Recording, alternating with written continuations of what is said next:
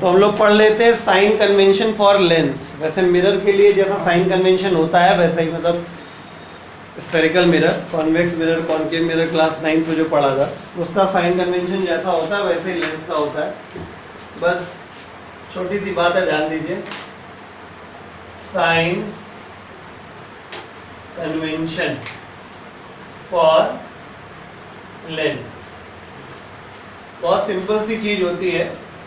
मान लीजिए consider the situation, हालात कुछ यूं है कि ये पॉइंट हमारा लेंस का ऑप्टिकल सेंटर है, ठीक है। तो नॉर्मली क्या होता है कि हम इस वाली दिशा को पॉजिटिव मानते हैं, मैथ्स में भी और यहाँ भी मानेंगे। यानी अगर हम पहली बात तो सारी डिस्टेंसेस कहाँ से नापी जाएंगी? ऑप्टिकल सेंटर से। पहला पॉइंट है ऑल डिस्टेंसेस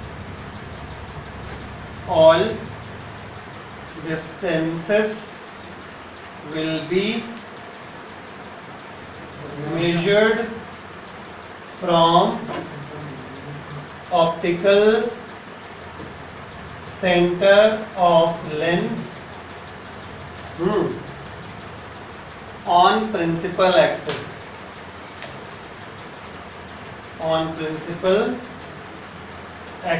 ठीक है। ये प्रिंसिपल एक्सिस है। तो अगर आप ऑप्टिकल सेंटर से राइट साइड चलेंगे तो पॉजिटिव डिस्टेंसेस लेनी है, लेफ्ट चलेंगे तो नेगेटिव लेनी है।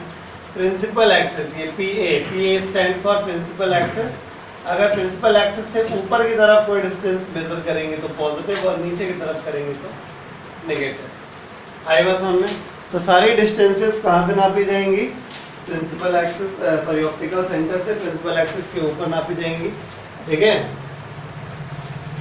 इसमें एक बात का हमेशा ध्यान रखिएगा, साइन कन्वेंशन लगाइएगा जरूर, लेकिन साइन कन्वेंशन यूज करिएगा ओनली फॉर गिवन वैल्यूज। यानी अगर न्यूमेरिकल में किसी चीज की वैल्यू दे रखी है तो उसके ऊपर साइन कन्वेंशन लगाइएगा।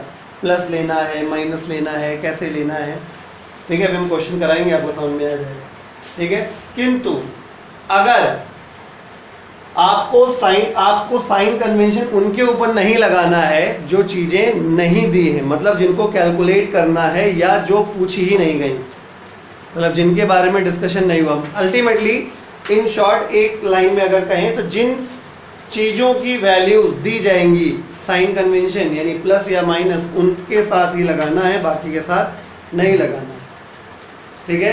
कैलकुलेशन होने के बाद ऑटोमेटिकली उनका साइन क्या होगा, अपने आप आंसर के साथ ही आ जाएगा। आई बात समझ में? Sign convention is used only for given value. इसको कहीं लिख लीजिए,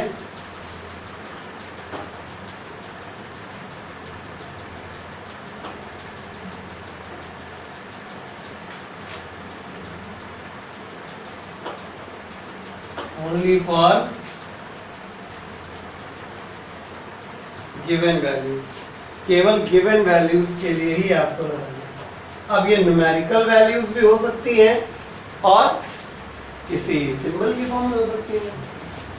सपोज किसी चीज की वैल्यू x दे दी गई, distance of object from the optical centre x दे दिया गया, ठीक है। वो ऑब्जेक्ट नॉर्मली किधर रखा जाता है? लेफ्ट में रखा जाता है। तो x की वैल्यू किस में ले ली जाएगी? माइनस में ले ली जाएगी। आई बात समझ में? ठीक है। तो क्वेश्चन अभी हम कराएंगे, भी आपको समझ में आ जाएगा। फिलहाल तो समझ में आ गया।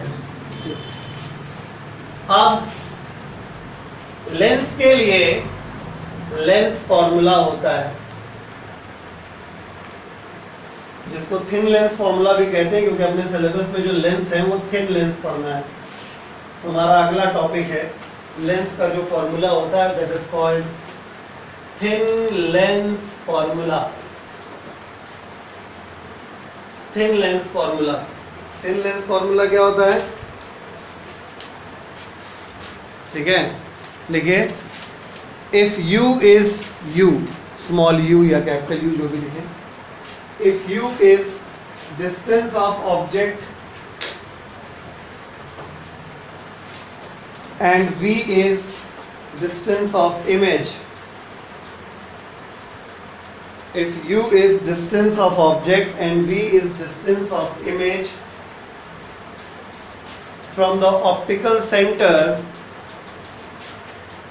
from the optical center of a lens,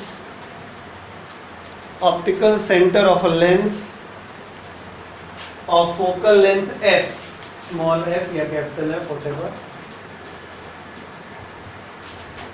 comma, then the following formula is called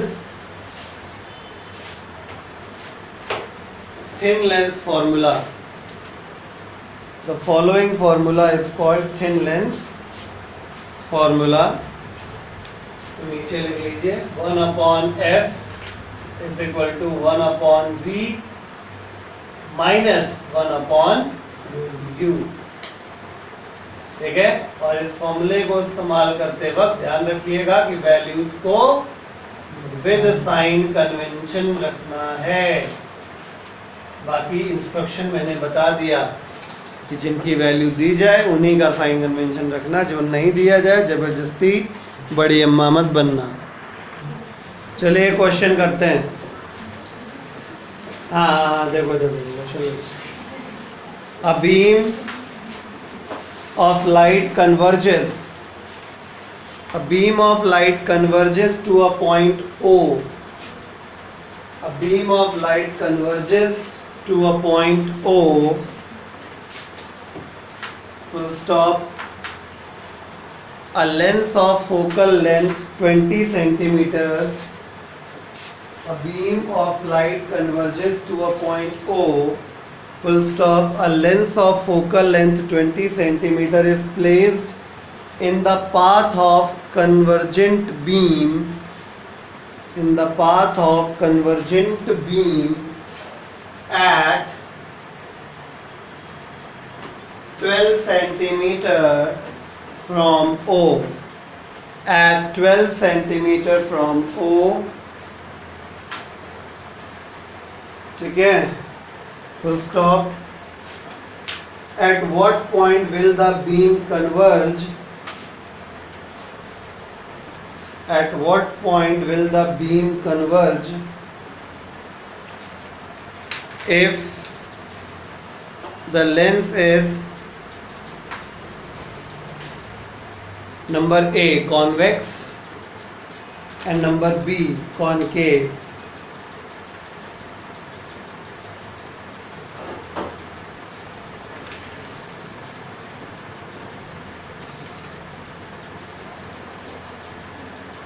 ठीक है, करिए। देखिए इस क्वेश्चन में ये था कि जो बीम ऑफ लाइट थी वो कन्वर्ज होते हुए आ रही थी। तो अगर ए पार्ट कॉन्वेक्स लेंस के लिए कर रहा हूं, तो अगर ये कॉन्वेक्स लेंस है तो जो बीम आपकी कन्वर्ज होते हुए आ रही थी ऐसे, वो कन्वर्ज हो रही थी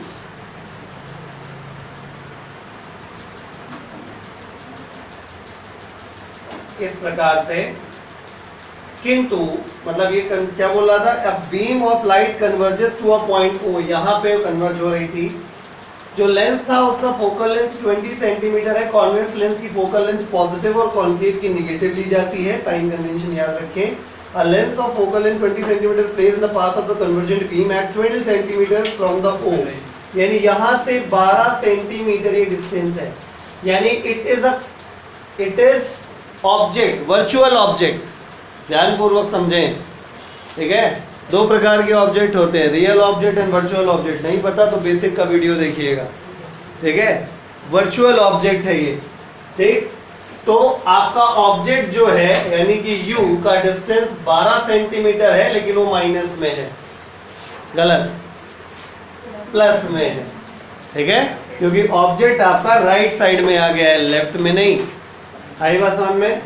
और फोकल लेंथ आपका कितना दिया गया, प्लस 20 सेंटीमीटर दिया गया है। v आपको कैलकुलेट करना, मतलब एक बात तो तय है। देखिए आंसर कैसे चेक होगा, एक बात तो तय है कि 100% ये जो रे है वो कन्वर्ज हो जाएगी अंदर,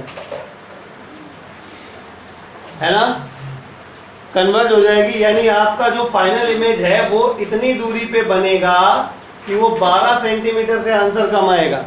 यानी अगर आपका आंसर प्लस में आए और 12 सेंटीमीटर से कम आए तो इसका मतलब आपका आंसर सही होगा। लॉजिक, क्योंकि लेंस अपना काम करेगा, वो कन्वर्ज करता है, वो कन्वर्ज करेगा, ठीक है, तो ये v निकालना था, फॉर्मूला लगाते हैं 1/f